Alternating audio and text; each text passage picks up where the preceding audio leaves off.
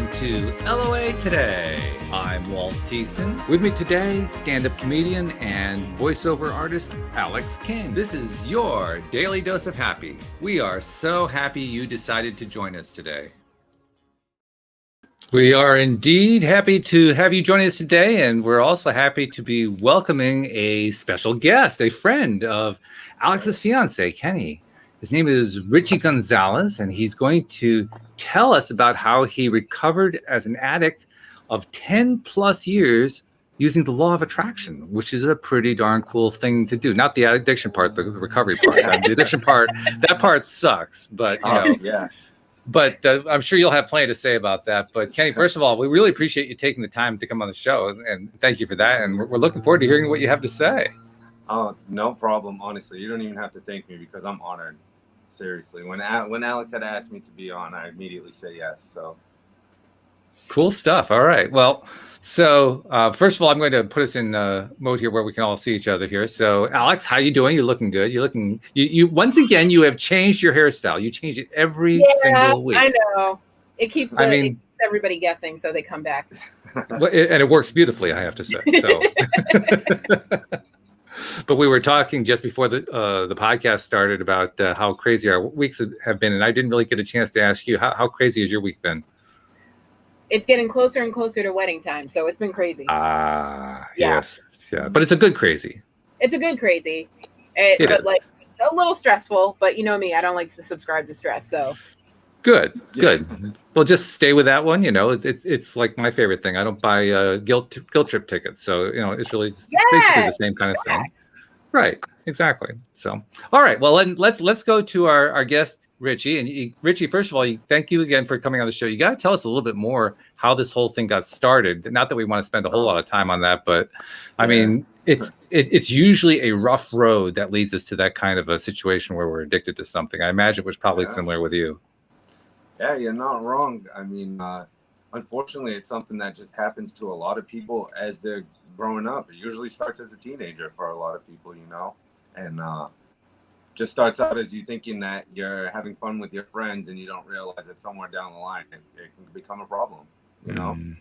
That's pretty much how it started for me. And, you know, it just carried on through the years until, you know, at a certain point, you start recognizing the person that you're seeing in the mirror. You know what I mean? So yes, it's a rough thing to go through.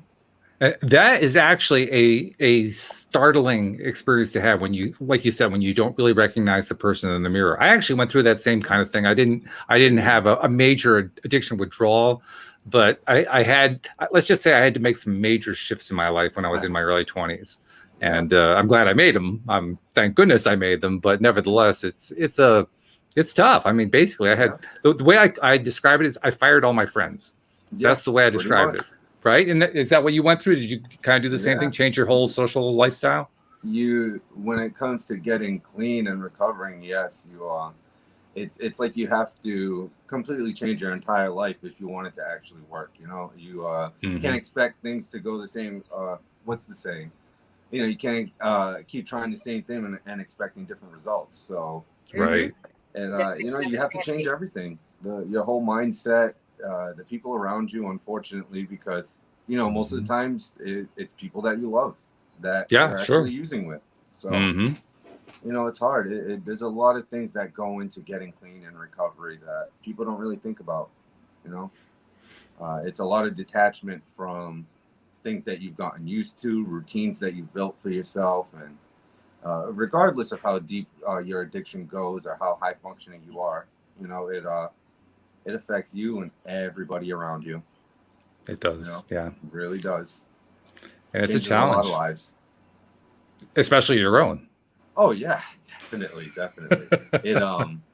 But pulling myself out of it wasn't easy, you know, and the law of attraction is something that actually really helped me. It's something that I've known and practiced in the past. You know, I was introduced to some of the fundamentals as I want to say when I was 18 years old. You know, still a teenager, and it's easy to lose the flow of, you know, following all the steps that you should be following to attract and manifest your own reality. You know, life has a way of taking that away sometimes. No kidding. Yeah. But, very true. You know, at some point I wanted to be different and better.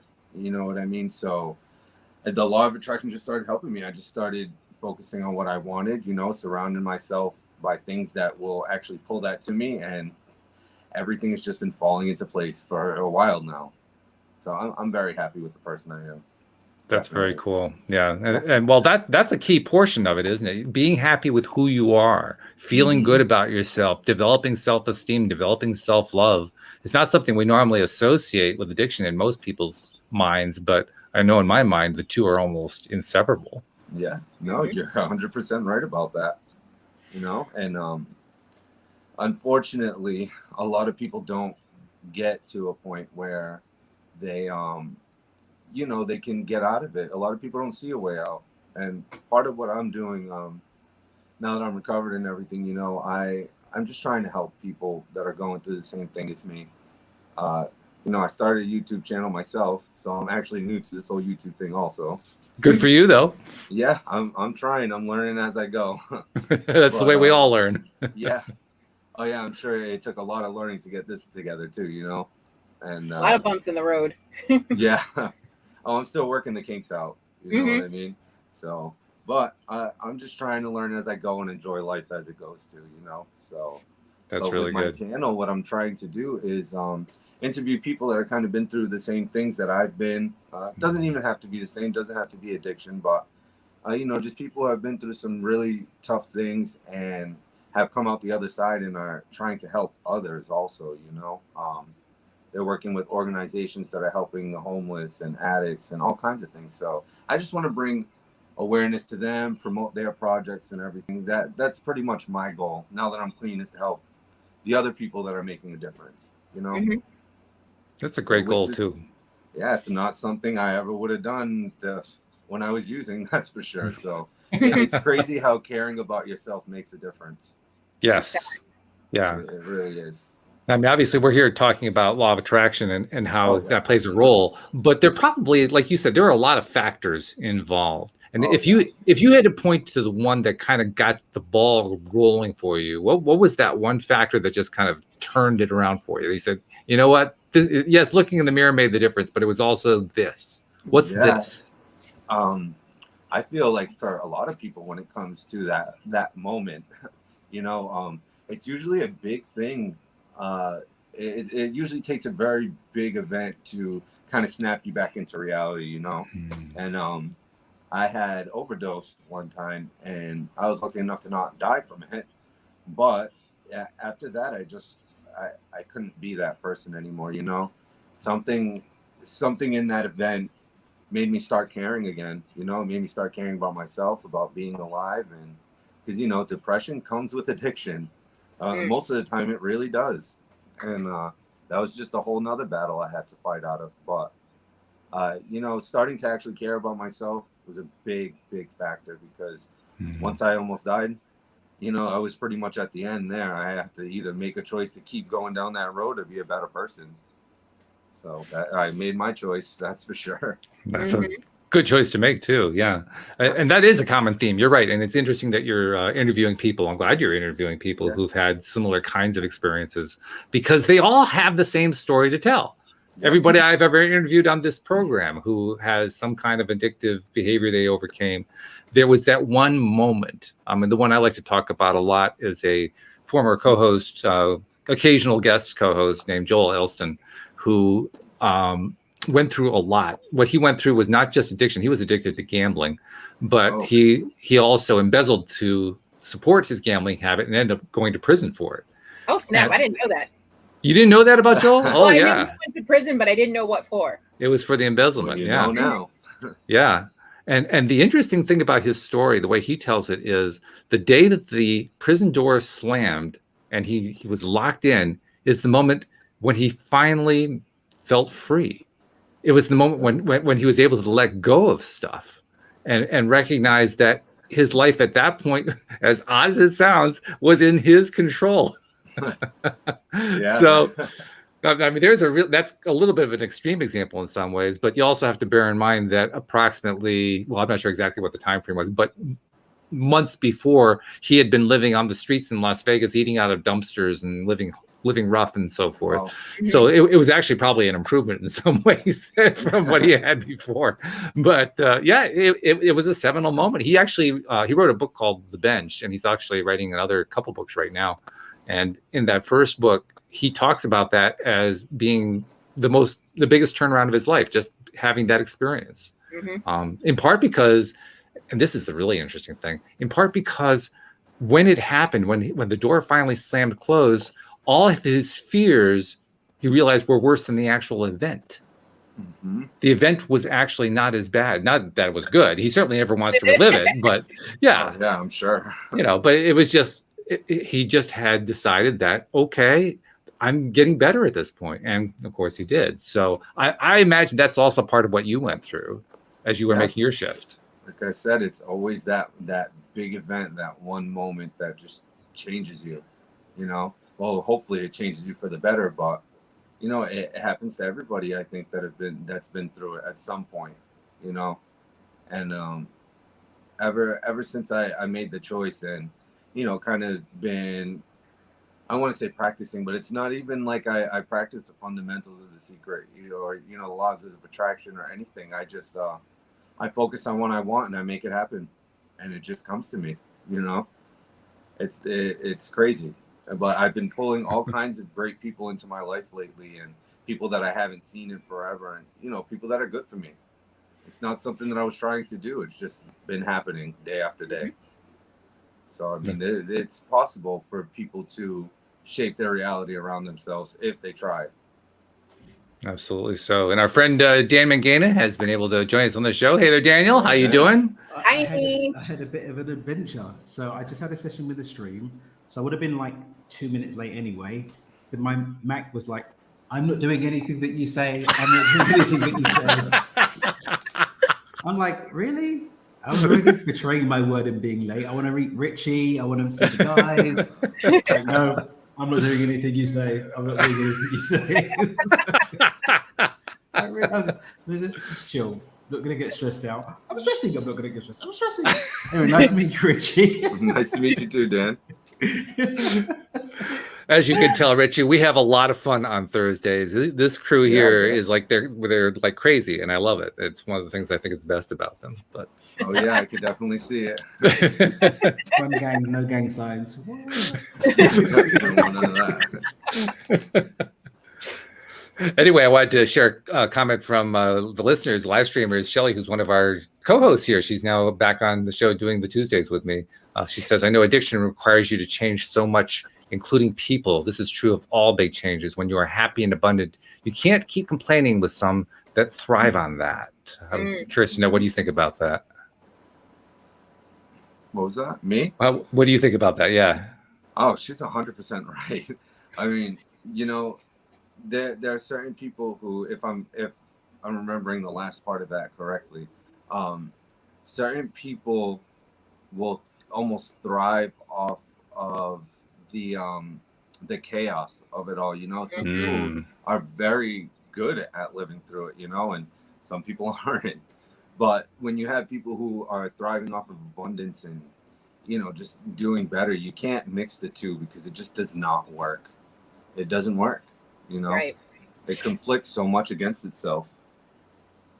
But it takes a lot of learning for people to get there, I think. For sure. It's not something that happens overnight. When you made your shift and you made the connection between using LOA and getting clean, what happened? I mean, how? Because that's often a connection that doesn't get made.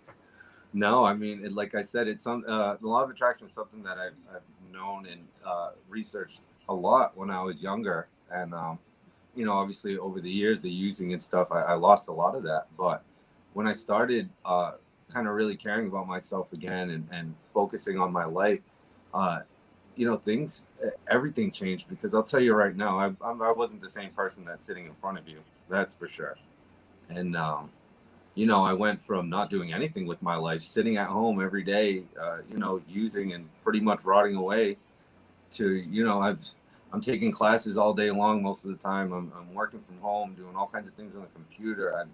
I'm reconnecting with certain people, like I told you. I'm doing a lot of things that I wouldn't say yes to normally, because when you're using, you kind of keep yourself hidden from the world for the most part. I was doing it. So, I mean, it changed my life in so many ways. I mean, I'm getting ready to travel around the country soon too. And nice. So many things are changing for me right now. I'm so happy. That's a great shift. That's a wonderful shift. And a mind shift is a big part of it. We talk about mind shifts a lot here on the show. So talk about how you had to make a mind shift, and what kind of a mind shift did you have to make? I mean, what was the quality of it? Oh, it was actually, it's an extremely personal thing, but definitely, when it comes to addiction, it's very personal. But the mind shift was not easy for one. Taking your mind off of drugs and using to, everyday life is not an easy switch. The things it does to your body and your mind, it'll play tricks on you. So making that switch was not easy for me. It took a lot of fighting. It's when it comes to using, it's something you think about as soon as you wake up. You think about it all day. You think about it before you go to sleep. I mean, changing your mindset is literally the only thing that is going to save you.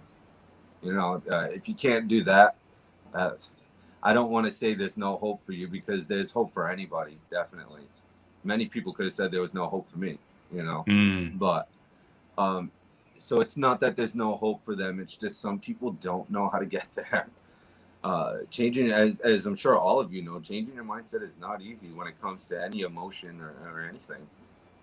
What have you found that made the difference? How did you learn to do it? I wish I could give you that answer in a better way, but I honestly don't know. One day I could not be that person anymore, and I started whipping out old books and started reading, I was reading The Magic and stuff, which I'm sure you guys know about.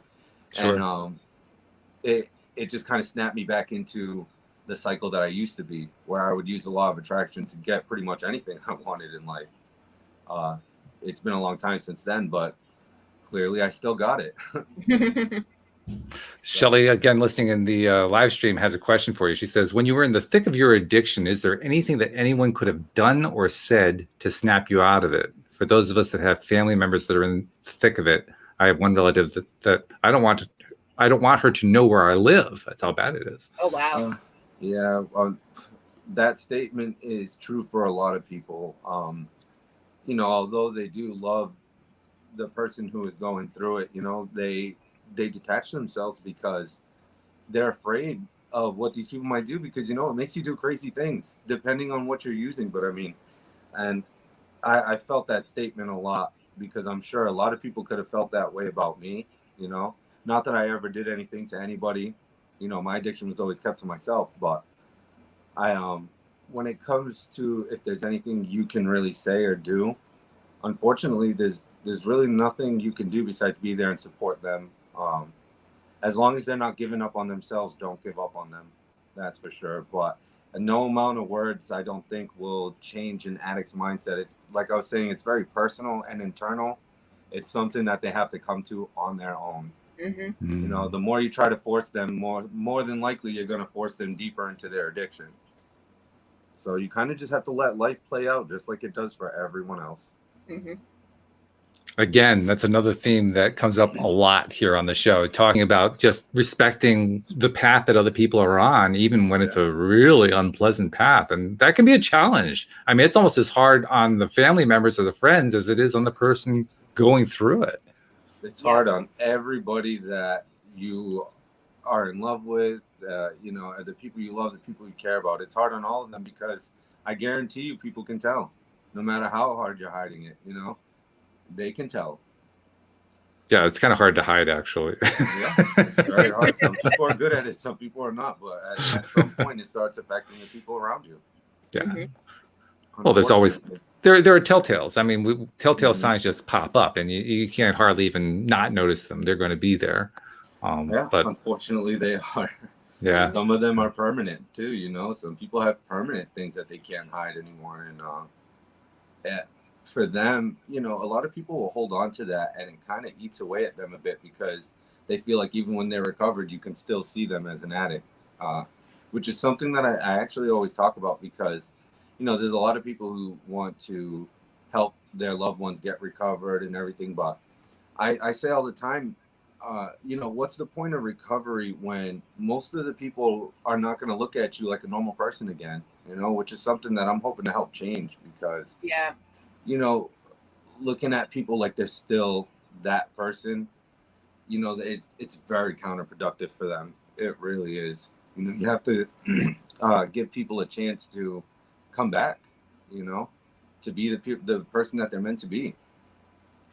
It is especially tough for that person because their self-esteem is already pretty darn low. So what you're essentially demanding is they make a 25-step leap in one leap.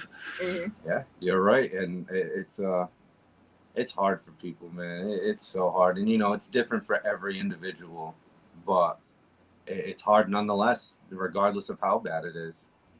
Everybody reacts to things differently, and some people hold on to things differently. So for them, I don't know if I could give anybody some advice. It's just, I don't know, look and think of the person that you want to become, and like, stop looking at yourself as the person that is still in the thick of that addiction. Even if you are, stop looking at yourself that way, because it's not that anything is wrong with you. There's something wrong with the choices that you're making, which is an easy switch. So that's my advice to anybody out there. That's a good one. Yeah. Actually, it reminds me of something our friend Daniel here is an author and has created a lot of programs and so forth. And one of the main themes that appears in all of his work is the theme of the microshift, making little shifts one step at a time. Yeah, there he is. You can see it. And I imagine that also plays a role in what you went through, trying to make little steps instead of taking those big steps, because the big steps are usually too big. With little steps you can handle. Yeah, people try to lead through the whole process, like I said earlier, it's not something that happens overnight. It takes work, it takes effort, it takes a lot of internal fortitude. You have to be able to control your own willpower at some point. Ultimately that's the biggest thing pulling you back, is the willpower to keep yourself from it. So it takes a lot of mental exercise, that's for sure. I would think also, I'm reflecting back to my own experience when I was in my 20s, my early 20s. I think a lot of it, there's some willpower, but more than that, there is a desire. You have to desire the shift. You have to desire the change. And no one can give you that desire. You're the one who can be the only person who can give you that desire, right? Yeah, and it all ties back into what I was just saying, that it's all an internal thing, because you're right. Nobody can control your desires. So you have to want it bad enough to make it happen. And it can, you can literally pull anything you want to yourself. It took me a while to remember that, but it's working for me. That's really, really good. Guys, I've been asking all the questions. I tend to dominate. You know how that is. But if you guys have anything you want to ask, jump right in. I'm happy to share the screen. I have some questions. What was your drug of choice, and did you do any programs? Oh, okay. So my drug of choice was opiates for a long time. I was taking pills, doing heroin, doing fentanyl, and which is a whole nother monster in itself. And to answer the other question, though, I did not do any programs. I literally went through it. I don't want to say by myself, more internally by myself, but I was with my partner and everything at the time. But I sat there and went through it pretty much on my own, cold turkey, no programs. It was not easy. Not easy. So that just drives the whole mental part of it, over the top, because you're kind of, especially during the pandemic and everything, you're kind of just stuck at home in your own head. Yeah. And for weeks, months for me. It took me a while to get clean. And, you're stuck in like the prison that, most people make for themselves. That you get stuck in that prison in your own head, and to break out of there, it takes a lot. But yeah, no programs for me. And, programs are actually very helpful for people. I don't recommend not going to one at all, because doing it on your own, it can play games with your mind. It really can. And Shelly says, "Good for you. That's a big choice to make." Oh, thank you, Shelly. It's it took a lot of little decisions, like you were saying, about the little changes, but I've gotten there. Thank God. So if you got there, anybody can get there, right? Yeah, definitely. I've seen people that have gone through worse things than me that are doing great things with their life, and have made all kinds of changes. And I've learned that a lot through the people that I've been speaking to, that I'm setting up interviews with for my YouTube channel and everything. And some of them, I can't even believe that they've made it out to where they are, So anybody can come back. I hate when I hear people say that they're pretty much, that person they were is dead, or there's no hope for them, because it's not true. Mm-hmm. Yeah. It's really not. That's another theme that shows up a lot in the interviews I've done, that the people who fall the farthest have the biggest springboard up. Yeah, I guess you could say that. They don't have at some point you don't have much left to lose, Mm-hmm. So I definitely agree with that statement for sure. It's like the situation says, the comeback is better than the setback. Mm-hmm. Mm-hmm. Yeah. I like that saying a lot. Mm-hmm. Yeah, that's cool. That's very a good one. I always like to remember that the ball that hits the ground the hardest is the one that's going to bounce back the highest. Really good. Having trouble hearing Daniel at the moment. What about now? Oh, there you go. Now. There it is. That works. I'm here speaking to the people. I was saying the ball that hits the ground the hardest is the one that bounces up the highest. Oh yeah, that's actually a good one too. Yeah, It's true. It's very true. When it comes to, honestly, not even addiction, when it comes to all kinds of hardships in people's lives, usually the harder you fall, the better you can come back, if you've got the willpower to do it, because some things that fall don't get back up, so True. It's all about what what side of that you want to be on. There's a resilience factor, isn't there? Yes. I mean, that's really what we're talking about. That in order to bounce, you have to have some elasticity so you can bounce. Mm-hmm. Oh, that's a good one. Yeah. Yeah. Yeah, that was very good. As you see Richie this one's going for my I'm putting it all right in here. Right? I hope these guys didn't trademark it. It's going to my channel now. I like that one. Thanks, buddy. They say that good writers borrow from other writers and great writers just steal outright. So, feel free. Good writers, great writers. It's mine. Guys heard it. Sorry. I actually really like your podcast, guys. I've been watching it lately, and actually, you're right about you guys. This day seems to be your most fun day, huh? Oh, no doubt, no doubt. This is the day where I do the most laughing on this show. This particular day, yeah. That's how I know that we have achieved our goal. The goal is your daily dose of happy. That's always the goal. And we always hit it on Thursdays, every single Thursday. Yeah. We are irreverent and gleeful and happy. Which is what everybody needs. Absolutely. Yes. Yeah. Unless you're in a country or jurisdiction where irreverence is dangerous to your health and well-being, in which case curry under the blanket at that point. Yeah. Go hide in the closet and do it there. Curry sufficient reference to survive, and then top it up with a Thursday of LOA today. That's right. I never really thought of this podcast as being outlawed, but I suppose it could be when you really think about it. There definitely some jurisdictions where we'd be questionable in our legal. Questionable, that's right. Yes. Yeah, we don't hear from what's her name anymore? Oh my gosh, what's her name? Oh boy. She was a hardcore listener. She was always here. Is that the lady that came on and did poetry? No. Oh, I know. You're thinking of Nasha. Yes, that's what I'm thinking. Nasha does tune in. Oh, good. She's been tuning in lately on, I think mainly on Wednesdays. Because she's a real fan of Cindy. But yeah. I guess we lost our accolades then. Well, she loves you too. It's just that Cindy is her favorite, so she goes with her fave. That's all right. Burn. Nothing wrong with that. Oh, yeah.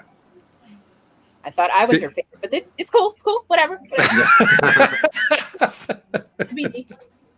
It's okay, Alyx. It's okay. No, my feelings aren't hurt at all. No.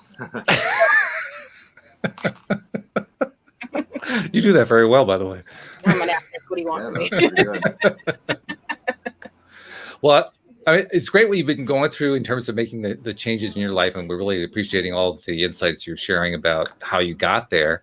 But where are you going next? I mean, you said you're doing the YouTube thing, and that's great. I mean, because that's, the more outreach that you do, the better, and the more audience you bring your own way. I know that from experience. Yeah. But where else are you going? What's going to happen in the life of Richie Gonzalez going forward?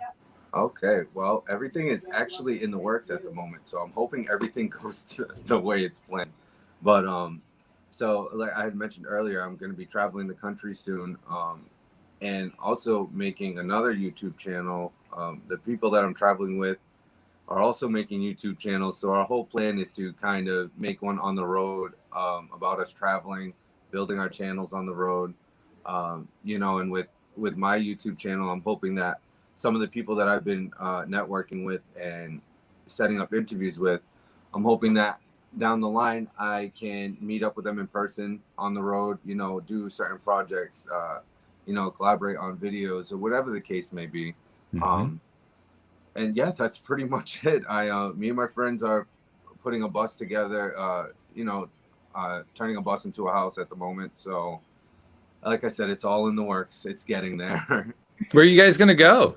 I know you said you're going to cross Everywhere. the country, but what's the plan? Do you have, as you just hit the road and see where you go, or what's going to happen? No, I mean, we're putting a route together at the moment, actually. And we're hoping that with the channel, we can kind of take polls of where in certain states people want us to go, things they want us to see. And hopefully that works out well. I'm still working out the kinks for everything at the moment. So what's a win? I'm curious, when you're doing that, what's the win? What makes it a win? For the whole process itself? Well, for the trip anyway. For me, at least, I'm just hoping that my channel helps out a lot of people, man. That's my biggest concern, is a lot of the people that I've spoken to and stuff, I'm so invested in their stories and, the changes that they've made. And I just want to be a part of anything I can be, So anything I can find that's going to help anybody, I'm right in there. I recognize that feeling very strongly, because that's similar to what I went through when I first started my podcast. I wanted to help a lot of people. That came out of my mouth over and over and over again.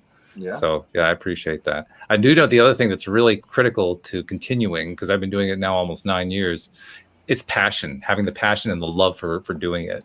And if you, as you continue to do it, as the passion builds, as you continue to love doing it, it'll just keep you going. It doesn't matter what happens. Doesn't matter what you go through. Doesn't matter if stuff flops. Makes no difference whatsoever. The love carries you through, and it's amazing how it does that.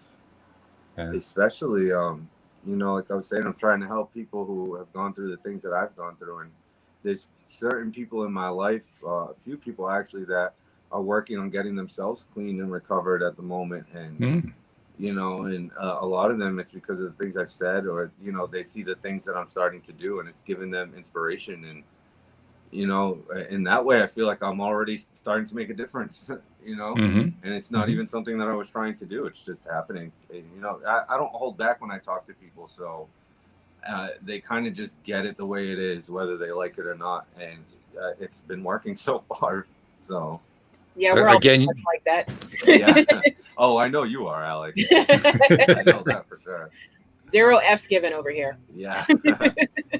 What about the rest of the alphabet? That's a bit racist.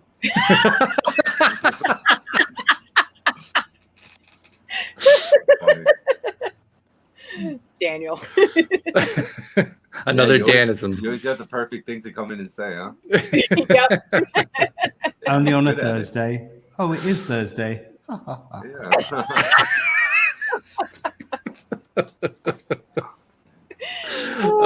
I'm not sure who loves it more, him or us. Doesn't make any difference. But But definitely, what you're talking about, it resonates. In fact, I keep thinking about my friend Joel, and I talk about him a lot on the show anyway, because he did the show with me for like 4 or 5 years. So obviously he played a major role. Yeah. But one of the things that you touched on reminded me very much of him, because you said that you were helping people you didn't really expect you'd be able to help. Mm-hmm. And he had a similar experience after he went through his dark night and so forth and came out of it. He ended up becoming very much interested in law of attraction. He became a therapist and then later a life coach. And he ended up, not through any direct plan, he ended up getting requests for help from people who were working with kids stuck in the foster care system, particularly boys stuck in the foster care system. In some cases, there was addiction involved, but mainly it was just kids who the social workers and so forth had given up on. They were like the worst cases, the most difficult cases. And they'd come to him because he did this wacky law of attraction thing, and he was able to help them. And it became something that he was known for. I think the current count is he has found forever homes for 43 of these boys, which is wow. Yeah. That's awesome. Yeah, and that almost understates the importance of it, because he's talked a lot about what happens with kids who are in the foster care system, and these are the ones who they're in it long enough, they've become the real behavior issue types and so forth, and when they get up into their teens, they're unadoptable. Nobody wants them. Start to age out. Mm-hmm. And if they actually keep going through the program until they turn 18, the odds are close to 100% that they will end up in prison. So getting these kids forever homes, it isn't just a cool thing, it's a lifesaver. Yeah. It's truly a lifesaver. And he never intended to do that. And that's what I was thinking about when you were saying how there are people that you didn't really expect you to be able to help, and yet you were helping them. 1 second, guys. We have a little distraction going on. Yeah, no. I'm not at my house right now, so I'm like in a whole nother town at the moment. Well, we appreciate you taking the time, but no, I like I said, I'm honored. I've been dying to be on the podcast. Me and Alyx have been talking about it for a while, so I've just been waiting for the date to come. Well, it's here. You made it. That's good. Yeah, I know. Finally made it. Finally here. But what's your impression in terms of the people who you've been helping who you didn't really think you'd ever get to help? I mean, at first I was in shock. There was one of my friends that's actually pretty deep into it, who is she's trying very, very hard right now, and I'm proud of her. But as far as the impression, I think that when it comes to people who are addicted, man, they all want to stop. Nobody wants to be that way. And I see that a lot, as much as they might talk up what they're doing and act like they're okay with it. Nobody wants to be that way anymore, So that's why a big thing with me is that I don't want to give up on anybody who won't give up on themselves, because they're just fighting through it, man. It's just a chapter of your life. It doesn't have to be the rest of it, It's not the end of your story. So, yeah. So I don't know. I'm just trying to not give up on them is all. That's an important point. That's a really important point. It's very easy when you're in the midst of that dark night of the soul, as they often call it, to just give up on any possibility for life being any different. Like this is the mindset is this is the way it's going to be forever. I'm just locked into that. Yeah, and that's a hard thing to break out of, man, especially with addiction. You think that you're going to be stuck in that in it forever, Mm-hmm. Yeah, I know I did. I didn't think I'd ever be the person that I'm becoming, but here I am. But you did it. Yeah. I just wish that I can give the same thing to everybody. I wish I could change everybody's mindset, but unfortunately it's just something that you have to change on your own, like we've been talking about this whole time. And it's something that a lot of loved ones and family members don't realize, is that you have to let them do it on their own, because not everybody's ready at the same moment, and they don't have to be. It's just when they are ready, just be there for them. There's a key concept, though, that I think perhaps gives hope to somebody like you who is wanting to help other people, but recognizing that it's not really your decision. They're the ones who have to make the decision. And that is, it comes right out of quantum mechanics, quantum theory, the idea of entanglement. I think I was watching a program with my wife the other day, or I can't remember if I was watching something or reading something. Entanglement. Yeah, about entanglement. And so there was a professor who was saying that the moment that you meet somebody and shake hands with them, you are permanently connected to that person energy-wise in an entangled way forever. And so it occurs to me, just by meeting people, just by doing your program on YouTube and having people tune in and so forth, they are connecting to you in ways that you don't even see. I know that's what I've experienced with this podcast. I mean, we currently have like 600 people per episode tuning in, most of whom I have no idea what they're like. Well, I can tell you it wasn't like that from the beginning. In the beginning, it was where you are. You know, I just did it for a long time and just did it enthusiastically. But the fact is, those connections exist, even if we're not seeing them. Mm-hmm. So, you know, you may not be able to change their minds, but you definitely are influencing them just by doing what you're doing. I'm trying. I'm just like I've been saying and been telling everybody, I'm just trying to be a better person, you know, and trying to get other people to see that they're better than their addiction.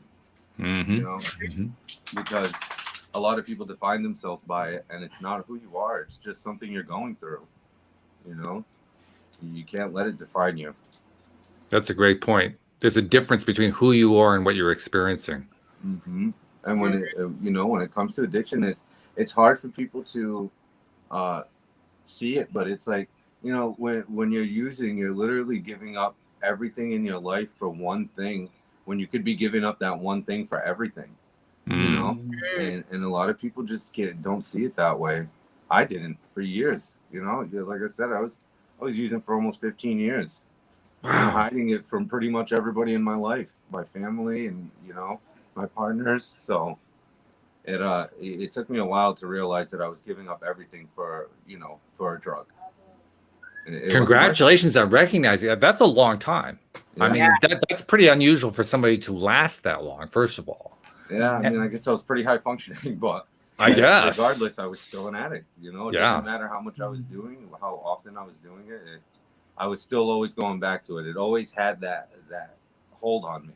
You know, I would run to it to fix my problems, and you know, I would tell myself, "Oh, I'm doing it to have fun and all that," but the fun stops very shortly after you start using. The fun is gone. You're doing it because you feel like you need to.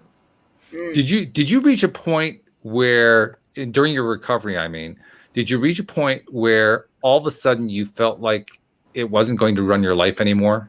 Mm-hmm. That was the biggest thing that stopped me, and I had to force myself to believe that. But I mean, once you do, you can make it happen. You know, just like everything else we've talked about, you can literally make whatever the fuck whatever you want happen. There goes the whatever PG you rating. like. Yeah. I caught myself there. I'm trying to distract with Nicely done, Daniel. Yeah, when I get into it, when I start talking to people about it, I get really passionate about it, man. Like I said, I tell them exactly how it is. A lot of people don't want to hear it, but I mean, they're going to. The truth's smart, so that's why. Yeah, I mean, I wasn't always like that. Was not always like that. Well, that leads to another interesting question. This is one that has come up in a variety of contexts. But if you could talk to that self of yours from 15 years ago when you were, or I'm not sure how long ago you actually got out of it, but at the early part of that 15-year period, if you could actually talk to yourself at that time, what would you say to yourself? Run.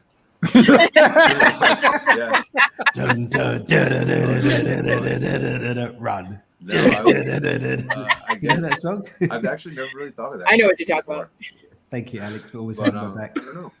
I don't know what I'd say. I'd probably tell them that, you know, like I just said, to just stop because the fun is going to end real soon. You know, it's not going to be fun forever. And unfortunately, I've watched a lot of people that I care about die from this. You know, it's especially nowadays. It's taken over so many people's lives. I just had 4 people die in the last 2 weeks. It's insane. Wow. Insane. Wow. Especially out, you know, in this area. It's the drugs are killing everybody. It's sad. It's very sad. I could have been one of them, you know? So I'm just happy I got away from it. I want to help the people that I love get away from it, you know? Keep my family members, my niece and nephew away from things like that. I don't know. I just wish I could change everybody's life at the moment. Obviously, it's not possible, but. Well, we do it one person at a time. One person at a time. That's what I'm hoping to do right now. Yeah. And you set the live example. You showed that you can climb out. Well, you succeed. You've already succeeded in climbing out. That makes you the example. So thank you. Now it's proof. Well, it's serious though too. I mean, when you're talking with somebody, you can say to them, fully honest, I did it. If I did it, that means you can do it too. There's nothing special about me that you don't have. Not at all. I'm just like everybody else, you know. And it's like I don't know, man. It's hard for people to see that about themselves, though. It's so hard.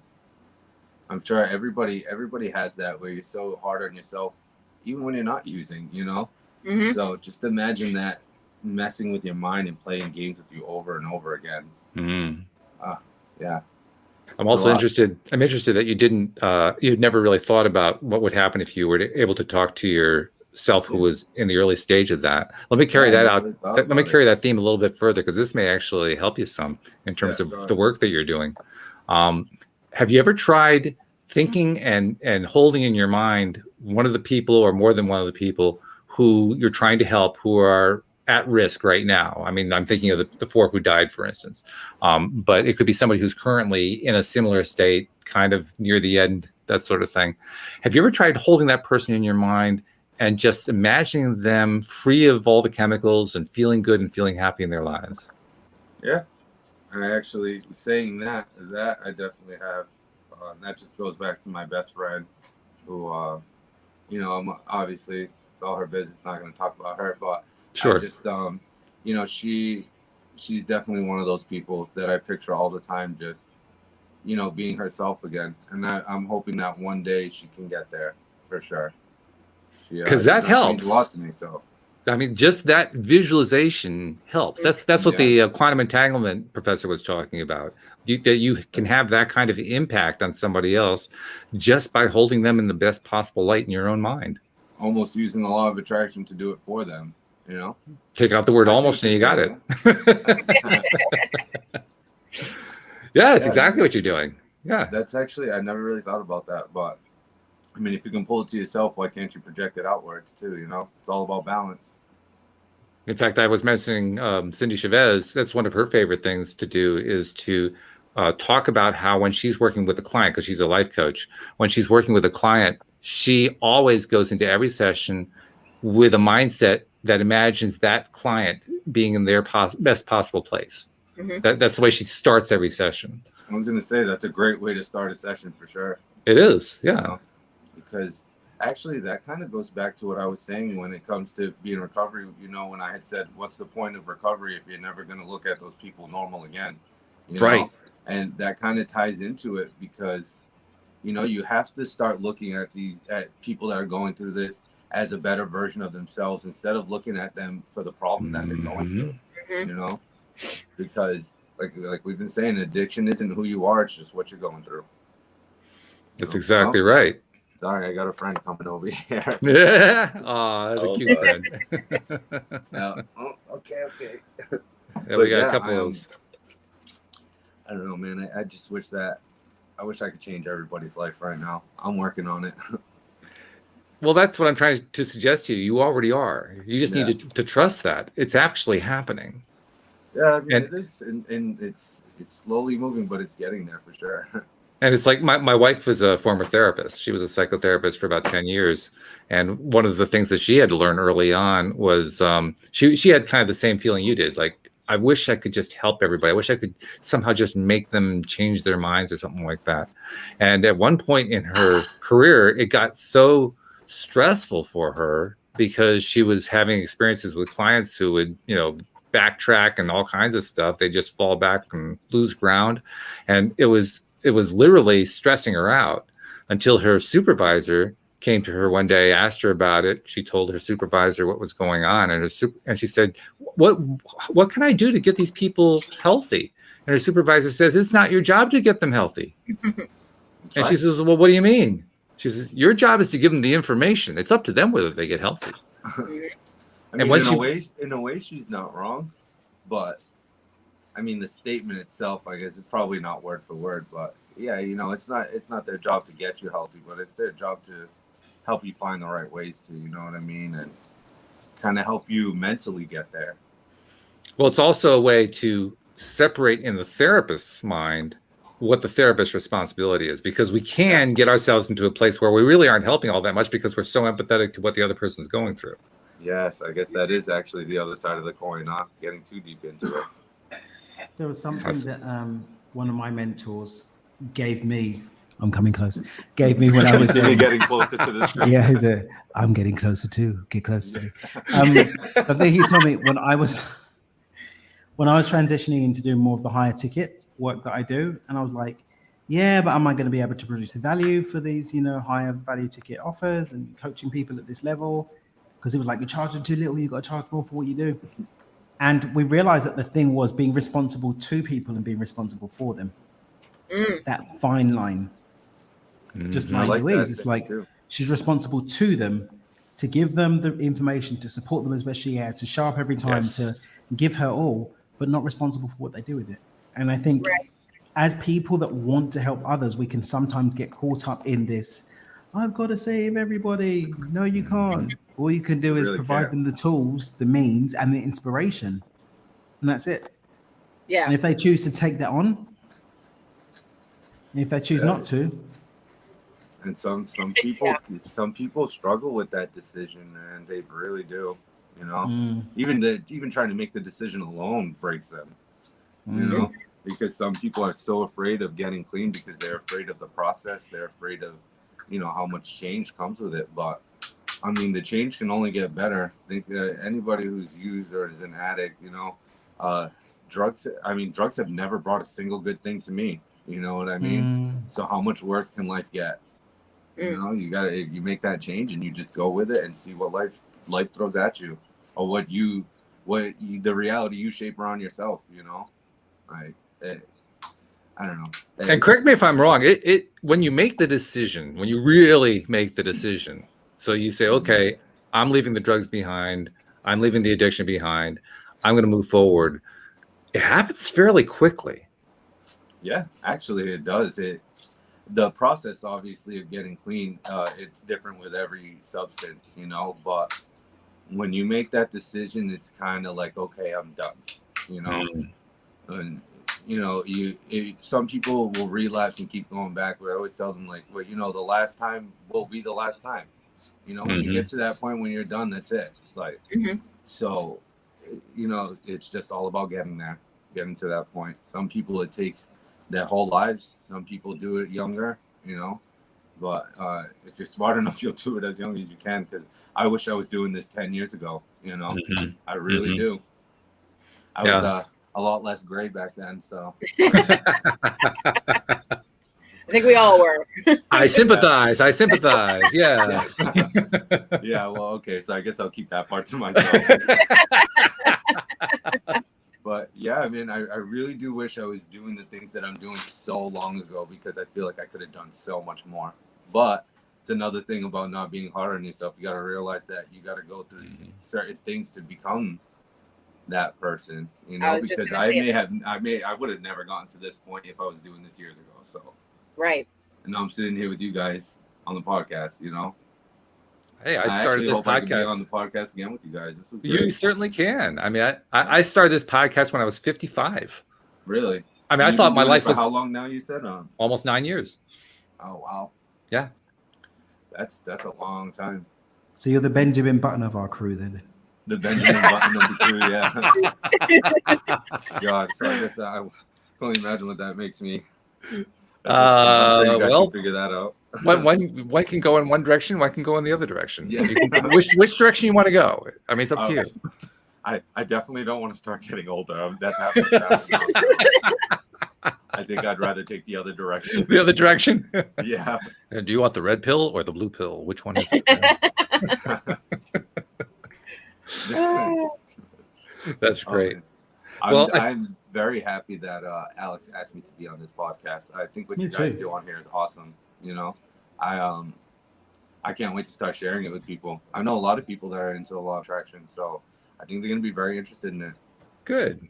Yeah, well, we're really glad that you had new followers. You got to tell people. You haven't told people yet how they can find your YouTube channel. How do they find you? Okay. I'm still working that out at the moment.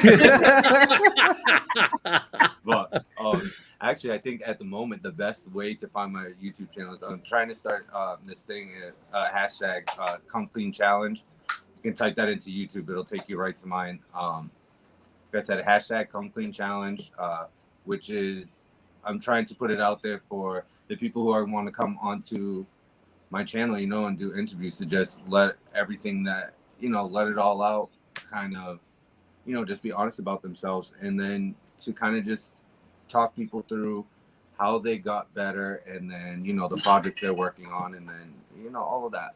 So, or even other YouTubers too. I would love for it to get spread to other YouTubers and get them on my channel and kind of have them break that character that they make, and kind of just talk about real struggles that they've been through and how the hell they've made it to where they are, Is that the name of your channel, or does your channel have a name? My channel is actually just named Gonzo, Gonzo. Okay. And that was my nickname in the military, so I'm sticking with it. All right. And that's my nickname, and I'm sticking to it. Yep, I'm sticking to it, man. I would like volunteers tribute to be on your YouTube channel. Who is that? You want to volunteer tribute? I want to volunteer. I'm okay with that. You know that. Me and you can definitely work that out, and Kenny too. So yeah, facts. I'm coming for all of you now. All of you are coming on my channel. Maybe people that you want to share this episode with, you can share the app so that they can get it directly through the app. Ooh, there's a segue if I ever heard one. I know. It's not a segue if you name it a segue. Yeah, you ruined it. But I love ruining his segues. That's what makes it so much fun. Fact.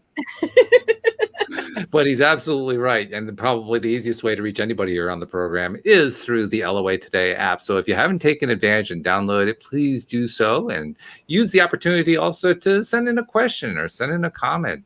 If you're sending in a comment about this show with Richie, I'll send it along to Richie so that he gets to see it as well. But, we love it. No, that's all right. No, these are free-form promos. There's no formal rule to them. Yeah, that's kind of how my interviews to my channel are too. Like I said, I'm still learning and getting intertwined with the whole internet part of everything. So, when it comes to the links and all of that, I will figure it out. I promise. I'm sure you will. Hey, I'll tell you. You were praising me for how well I've been doing with the show. I'll tell you how the first show went. Oh, it was my wife and I did it on our 13th wedding anniversary, September 26, 2012. And after the first 20 minutes, we realized that the recorder wasn't on. Isn't that great? You had one job, Walt. So when you actually play the episode, it starts off with, "Now we're live here on LOA." It's so funny you say that, because the first interview, my interviews aren't even up on my channel yet, but the first one that I've recorded went through the whole thing. It went amazing. The guy I was interviewing did such a good job. Was not recording the audio at all. Yes. Wow. So yeah, that was awful. And welcome to the world. So well, I'm so happy. And then I went into edit and I had a funny thing. One of my mentors has won 11 Emmy Awards, and he's like badass, and he agreed to be on my podcast. I plugged in the wrong mic, so I had this mic, and it was scratching across my beard the entire interview. I didn't know until afterwards. So when Duncan was... That thing's pretty long. Thank you. So when Duncan was prepping the interview, he was like, "Apologies for Daniel's sound being a little off." Can't exactly get a man that's like that busy. So do you fancy re-recording the interview? Because I messed up and used the wrong microphone. Yeah. So, it's so embarrassing, isn't it? Really, dude? I have to do it. You're big try. This is what you do. It's all about working out the kinks. That's all. But you come out the other side, and if you keep going, that's all that really matters. Yeah, well, that's all that matters. Gives me some motivation for sure, because I've been doing it for a long time. So good. Oh yes, good. We're on YouTube, aren't we, Alyx? Yeah, we are. I think we are. Yeah. Yes. So. But people need to know how. Oh, how? Okay. If you go to YouTube, search LOA Today podcast videos, and once you see our smiling faces, click down below to the red subscribe button. Next to the red subscribe button, there's a little silver bell. Make sure you click all so you will always be notified when we are live. Yes. See, that's why I like these two. I mean, they're great. They're just fabulous. So, we work Richie, well together. Thank you so much for being on the show, though. Thank you for sharing your story. Thank you for making your YouTube channel, too. Thank you for doing your outreach. I think it's very important what you're doing. And thank you for owning your truth without shame, without guilt, without gunk, but being a superhero. Yeah, thank you. You're an inspiration, Richie. Seriously. I really do hope that I can connect with you guys some more and do this some more because you guys are all awesome. Seriously. Excellent. All right. Especially you, Alyx. You know that. Thank you. All right, that's a good way to end it. Thank you very much, Richie. Thank you, Daniel. Thank you, Alyx. Thank you, live streamers. Thank you, podcast listeners. We'll see you all next time here on LOA Today. Goodbye, everybody. Take it easy.